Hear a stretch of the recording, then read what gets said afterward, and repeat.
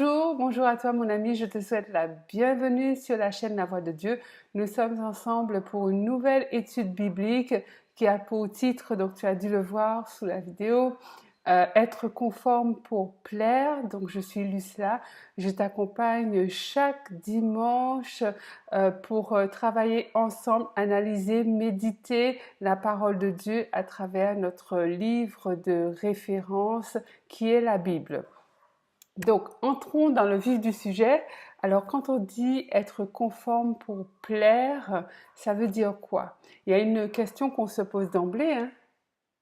Être conforme pour plaire, mais pour plaire à qui?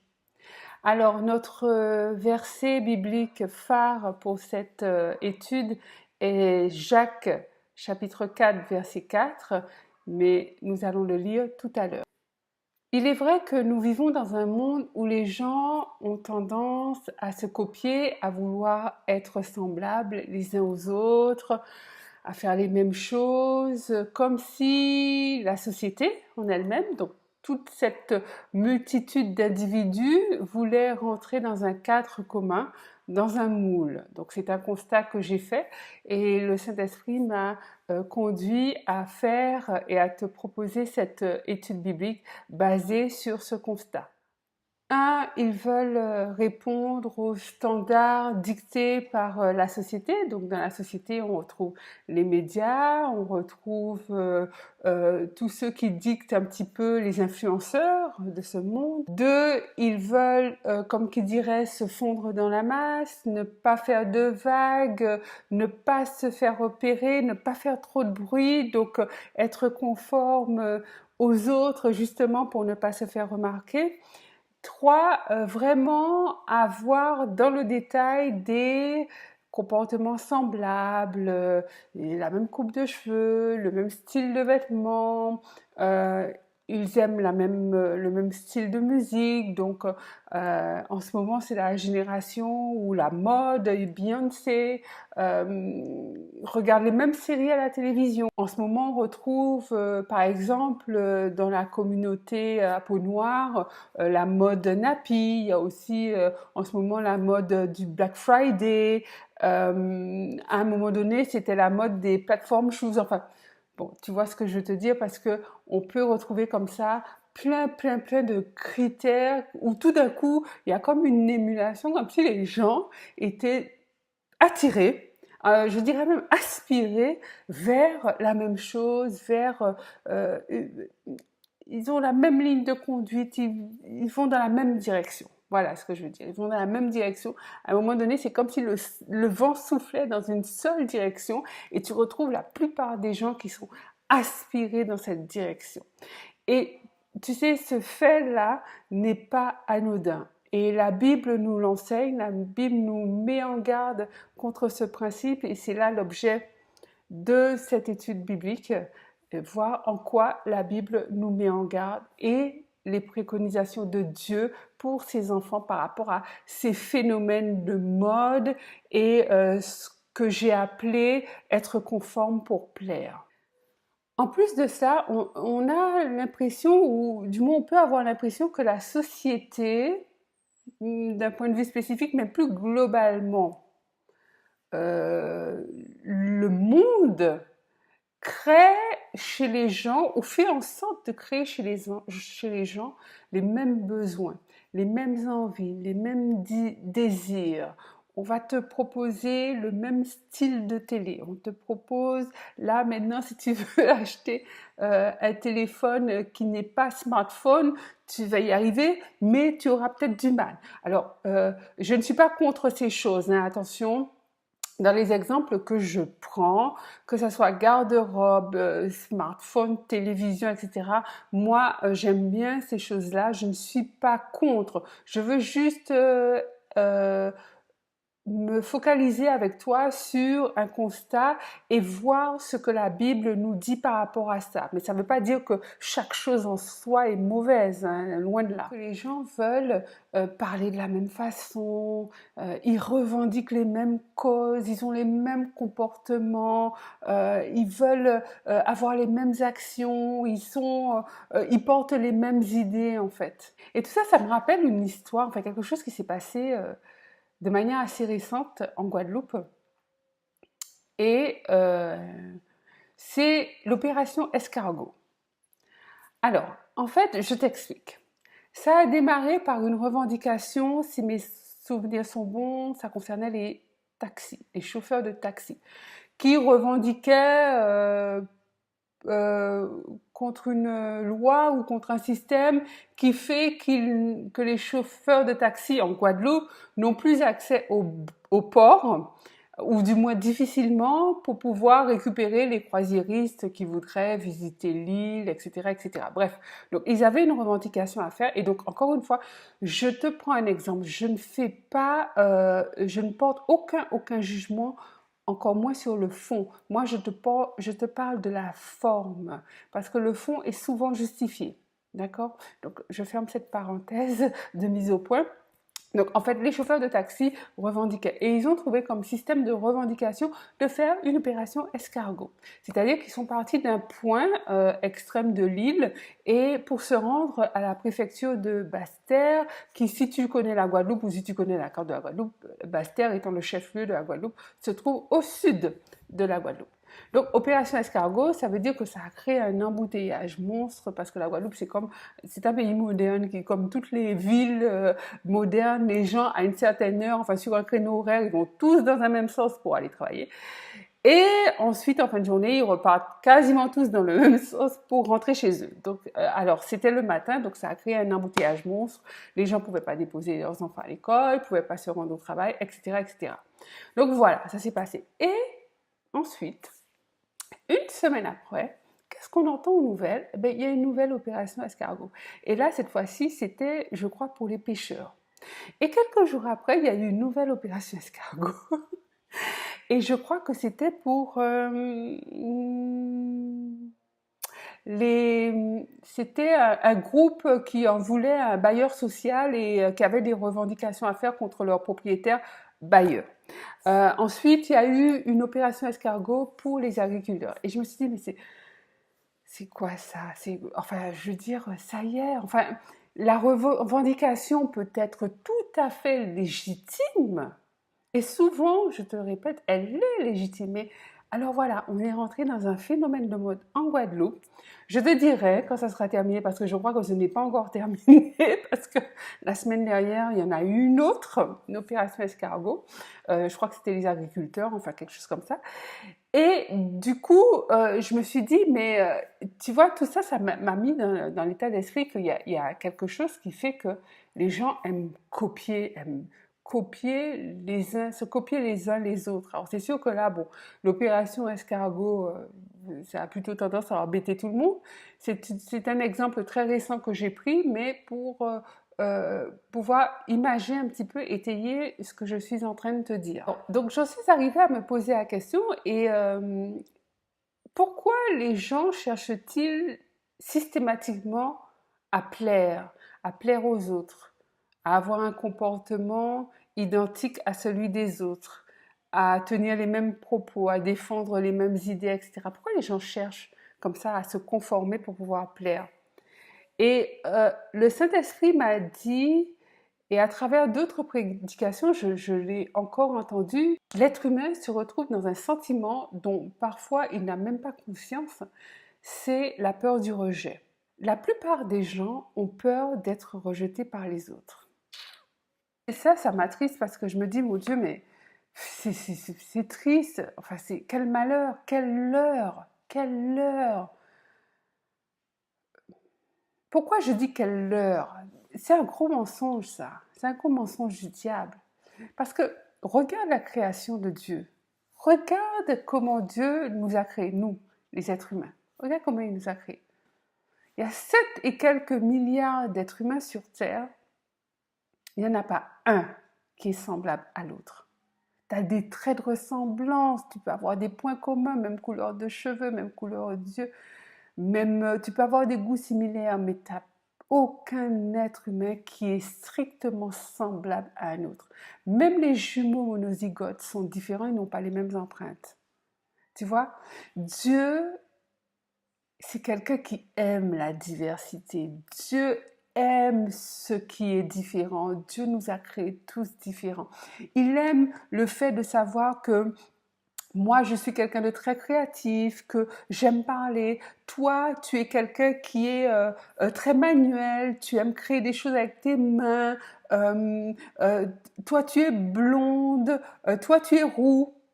Moi, j'ai les cheveux noirs. Enfin, Dieu, quand il regarde la création telle qu'il a créée, quand il regarde l'homme, les hommes, partout à travers le monde, il est content. Il aime ça. Il aime les choses différentes. Et que fait l'homme? Ben, il fait tout pour gommer ces différences, il fait tout pour bannir ces différences. Et en fait, si tu regardes bien, si tu connais l'histoire de la Bible, notamment c'est dans la Genèse, je crois, je vais vérifier, hein, quand l'homme a créé, parce que Dieu avait dit aux hommes de parcourir le monde, de croître et de se multiplier, qu'est-ce qu'ils ont fait? Eh bien, ils ont fait tout le contraire, c'est-à-dire qu'ils se sont regroupés et ils ont construit la tour de Babel. Au même endroit, pour être tous au même endroit. Et c'est là qu'après Dieu a créé les langues et de ce fait, les hommes entre eux ne pouvaient pas se comprendre les uns les autres. Tu vois? Donc, en fait, regarde la création, regarde les fleurs. Tu peux les compter, toi, le nombre de variétés de fleurs? Et je parle que des fleurs, je ne parle pas d'autres espèces végétales. Je ne parle pas non plus des animaux. Regarde, tout est différent. Si Dieu avait voulu faire l'homme unique, l'homme semblable, il aurait fait les aurait fait en série, tous ayant la même couleur de cheveux, la même taille, la même corpulence, la même morphologie, les mêmes goûts. Tu vois ce que je veux te dire? Or, ce n'est pas le cas. Donc, interroge-toi, interroge-toi. On a des goûts différents, on a des caractères différents, on a des besoins différents, on a des envies différentes, on a des aspirations différentes. On n'a pas envie des mêmes choses. On n'a pas envie de tous rouler en BM, on n'a pas tous envie de rouler en Twingo, on n'a pas tous envie de conduire une voiture. Je connais des gens qui n'ont même pas leur permis. Tu vois, c'est ça la vie. C'est ça la beauté de la vie. Si tu voyages un petit peu, as-tu déjà vu une chaîne de montagnes qui ressemble à une autre chaîne de montagnes? Alors de loin peut-être, mais vraiment si tu regardes de près, pourtant c'est toujours une chaîne de montagnes, mais elles sont différentes. En fait, on peut prendre des exemples partout, partout, partout, dans tous les domaines.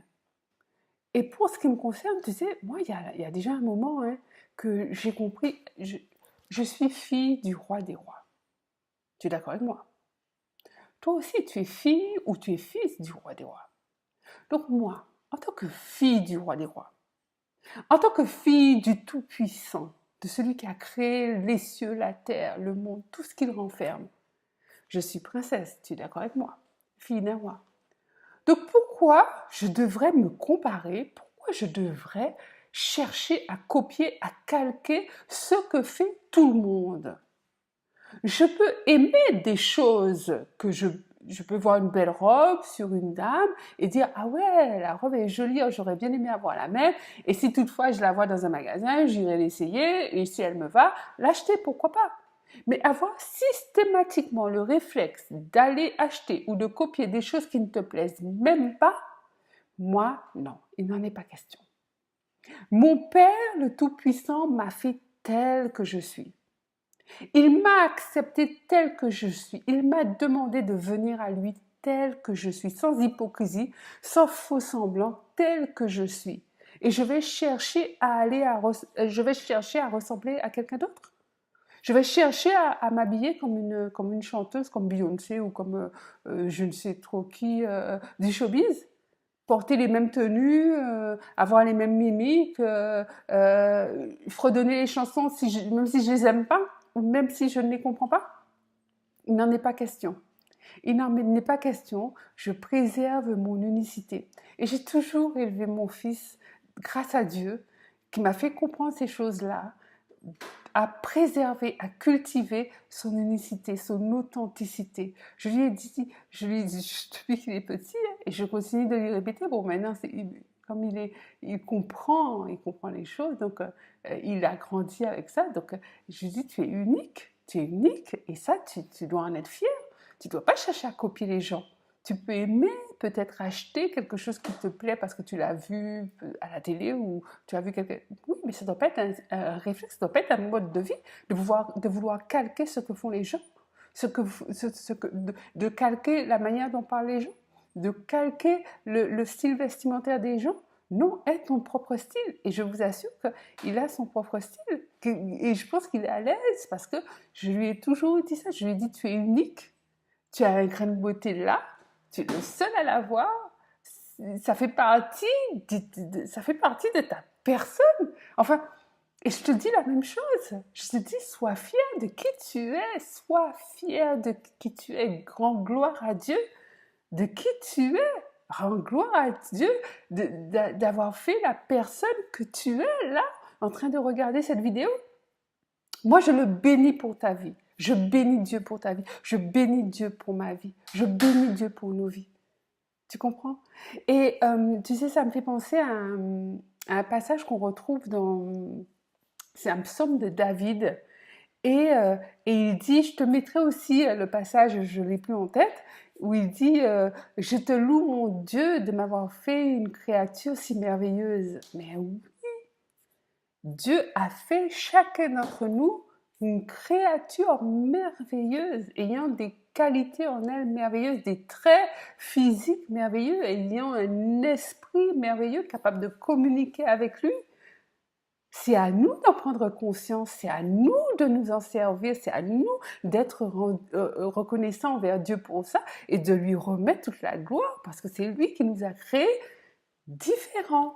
Donc à présent, nous allons lire Jacques 4,4 et nous allons voir en rapport avec notre étude de ce jour ce que nous dit le verset. Donc Jacques 4, verset 4. Entrons dans la parole de Dieu. Adultères que vous êtes, ne savez-vous pas que l'amour du monde est inimitié contre Dieu? Celui donc qui veut être ami du monde se rend ennemi de Dieu. Alléluia. Donc, tu vois, ce passage est très clair, très clair. Ça m'amène donc à la deuxième partie de cette étude biblique, être conforme pour plaire. Mais en tant que chrétien, c'est pas possible. Tu ne peux pas. Même si tu veux, tu peux pas, tu pourras pas. Alors je dis tu ne peux pas. En fait, je devrais dire tu ne dois pas. Tu ne dois pas chercher à plaire au monde. Mais de toute manière, au-delà de ça, même si tu cherchais à plaire au monde, en tant que chrétien, j'entends bien, tu ne pourras pas plaire au monde. En tant que chrétien sincère, tu sais très bien que tu ne pourras jamais, jamais, jamais plaire aux gens. Pourquoi? Parce que tu ne véhicules pas les mêmes valeurs que les autres. Toi, tu prônes le bien. Tu fais le bien, tu te montres charitable, tu fais attention aux autres. Enfin, tu cultives les fruits de l'esprit dont on a déjà parlé dans une vidéo précédente. Alors, je te mets le lien juste en haut. Tu n'as qu'à cliquer sur le petit i si tu veux revoir la vidéo liée aux fruits de l'esprit. Donc, toi, tu as à cœur, hein, et le Seigneur t'aide. Le Seigneur t'entraîne à cultiver les fruits de l'esprit tels que Dieu s'attend à ce que nous puissions les offrir au monde. Et les autres te regardent et vont t'aimer. Alors que eux, leur série, c'est de la violence, c'est des paroles calomnieuses, c'est des actes d'impies, c'est des calomnies, c'est de l'impudicité à tout va, c'est de la traîtrise, c'est du mensonge partout dans le monde, à la télé, à la radio, sur Internet, autour de toi. Tu sais, on peut citer des exemples, hein. Par exemple, quand quelqu'un frappe à la porte, ben, la maman dit à l'enfant « Ah, va dire que je ne suis pas là ». toi, en tant que chrétien, quand quelqu'un frappe à la porte, tu envoies ton enfant dire à la personne qui frappe que tu n'es pas là? Ou quand le téléphone sonne, tu dis, est-ce que tu dis à ton enfant de répondre et de dire que tu n'es pas là? Tu vois? C'est des actes qui sont devenus courants, parfaitement banals dans le monde, et qui me fait dire, et qui est forcé de constater que le monde, c'est un monde de mensonges, plus toutes les choses et d'autres choses que je ne pense peut-être même pas à citer parce que je ne suis pas confrontée ou c'est pas dans mon environnement que d'autres personnes euh, chrétiens sont confrontés. Tu as des pays où les chrétiens sont persécutés, sont mis en prison, il y en a qui sont tués, en Chine notamment, les chrétiens sont tués, sont menacés de mort. Dans les pays, certains pays du Moyen-Orient, être chrétien, faut faire attention quand même. Hein. C'est pas monnaie courante. Dans certains pays musulmans, pas tous. Tu as des pays musulmans qui sont tolérants, mais tu en as d'autres où si tu es chrétien, tu peux mettre ta vie en danger ou du moins ta liberté en danger. Te retrouver en prison très facilement. En tant que chrétien, tu as des gens proches, tu as des gens aussi de ta famille, oui, qui vont arrêter de te fréquenter parce que tu es chrétien.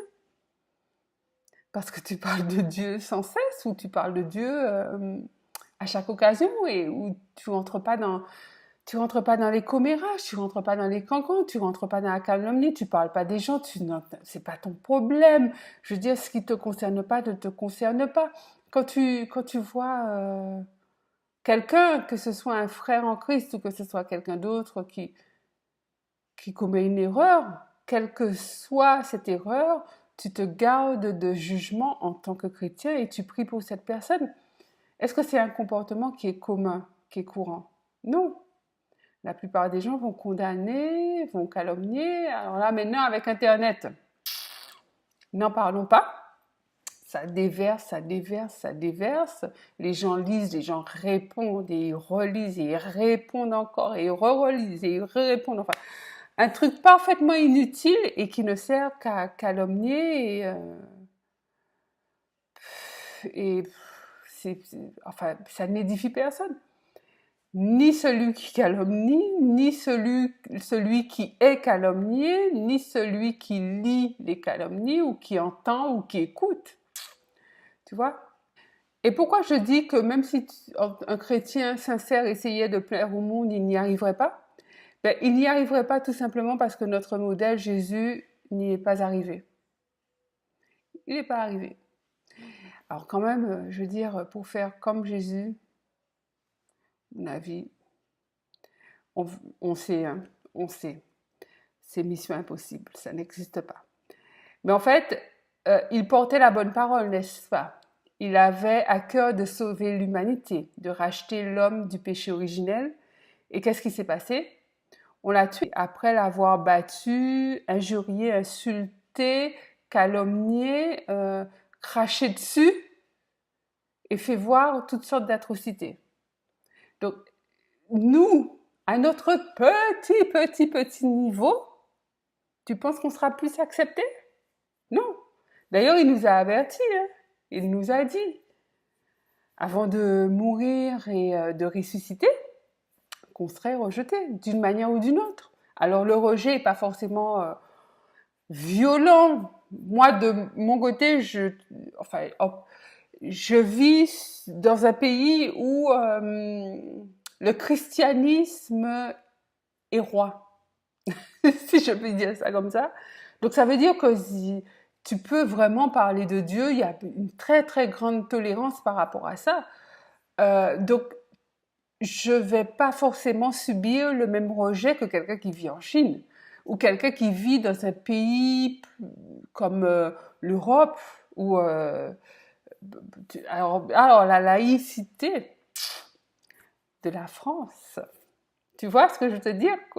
Allez, vraiment, il faut y aller, il faut parler de Dieu, il faut témoigner de Dieu. Nous sommes ses disciples, il faut absolument, même si on ne parle pas, on ne prend pas des versets bibliques et on ne fait pas une étude biblique à quelqu'un comme ça dans la rue ou dans le métro ou dans le train, mais je veux dire au moins rendre témoignage de qui est Dieu, de ce que Jésus a fait pour nous dans notre vie, de ce que le Saint-Esprit nous enseigne tous les jours et fait de nous une nouvelle personne avec une intelligence renouvelée de jour en jour, tous les jours de notre vie. Tu vois ce que je veux te dire? Donc le témoignage, oui, on doit y aller, même si c'est difficile, même s'il y a le principe de laïcité qui se dresse comme un mur devant nous, ben on y va. On dit, tu sais, voilà, moi, avant, je t'assure, ma vie, elle était comme ci, comme ça. Maintenant, depuis que j'ai Jésus dans ma vie a parfaitement changé. Moi, j'étais quelqu'un, enfin pour ma part, si je peux te donner un des témoignages, parce que il y en a plein, il y en a vraiment, ils sont peut-être même innombrables de tout ce que Jésus a fait dans ma vie. J'étais quelqu'un de très impulsif, enfin, c'est vraiment bagarreur. Ouais. Et Dieu, ce ne sont pas des choses que Dieu accepte. Donc il a dit, toi, mon enfant, là, tu vas changer. Tu vas changer. Si tu veux rendre témoignage de moi, je vais te changer à ce niveau-là. Et c'est vrai qu'il m'a rempli de sagesse et je lui dis gloire à Dieu, je le bénis pour tout ce qu'il a fait dans ma vie, dans la vie de ma famille. Enfin, c'est extraordinaire. Personne ne peut faire ça. Donc aujourd'hui, Dieu te demande de faire un choix. Il nous a avertis, notamment, nous l'avons lu tout à l'heure, dans le passage Jacques chapitre 4 verset 4, où il dit clairement que quelqu'un qui est ami du monde, c'est-à-dire quelqu'un qui copie le monde et qui fait ce que le monde fait, est ennemi de Dieu. Donc il te demande de choisir ton camp. Est-ce que tu veux te conformer pour plaire au monde, ou est-ce que tu veux cultiver ta différence de chrétien et te conformer aux voies de Dieu? Donc réfléchis à ça. Réponds en toute sincérité et dis-moi si tu veux dans les commentaires ton opinion, quel camp tu choisis. Et sur ces bonnes paroles, je vais te souhaiter une très bonne semaine. Pense à t'abonner, donc c'est juste en dessous, en bas à droite, voilà. Active également la cloche que tu verras, comme ça tu seras informé par notification dès que je mettrai une nouvelle vidéo en ligne. Et je pense que, en plus des vidéos, pendant cette période un petit peu festive pour la fin de l'année et tout, je ferai peut-être quelques vlogs, alors, pas beaucoup, hein, peut-être 1 ou 2 vlogs.